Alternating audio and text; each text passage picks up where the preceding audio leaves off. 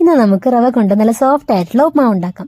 അതിന് വേണ്ടിയിട്ട് സവാളയും ഇഞ്ചിയും നമ്മുടെ എരിവിനനുസരിച്ച് പച്ചമുളകും ഒരു ചെറിയ കഷ്ണം ക്യാരറ്റും ചെറുതായിട്ട് അരിഞ്ഞെടുക്കുക. ഇനി ഒരു ചീനച്ചട്ടിയിലേക്ക് കുറച്ച് വെളിച്ചെണ്ണയും ഡാൽഡയും നെയ്യ് യൂസ് ചെയ്യുന്നവർക്ക് നെയ്യ് യൂസ് ചെയ്യാം.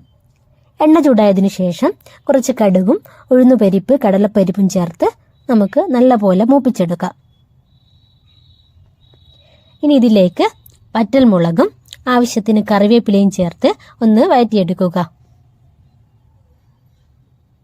ഇനി ഇതിലേക്ക് കൊത്തി അരിഞ്ഞ ഇഞ്ചിയും പച്ചമുളകും ചേർത്ത് ഒന്ന് മൂപ്പിച്ചെടുക്കുക.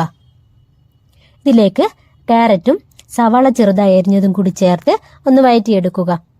എന്നിട്ട് എല്ലാം ഒന്ന് വാടി വരുന്നവരെ ഒന്ന് വെയിറ്റ് ചെയ്യുക. ഇതിലേക്ക് ഒരൽപ്പം ഉപ്പ് ചേർത്ത് കൊടുക്കുക.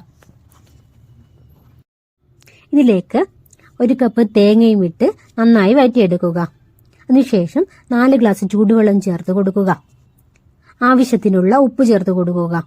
ഇതിലേക്ക് ഒരൽപ്പം പഞ്ചസാര ചേർത്ത് കൊടുക്കുന്നത് ടേസ്റ്റ് കൂടും.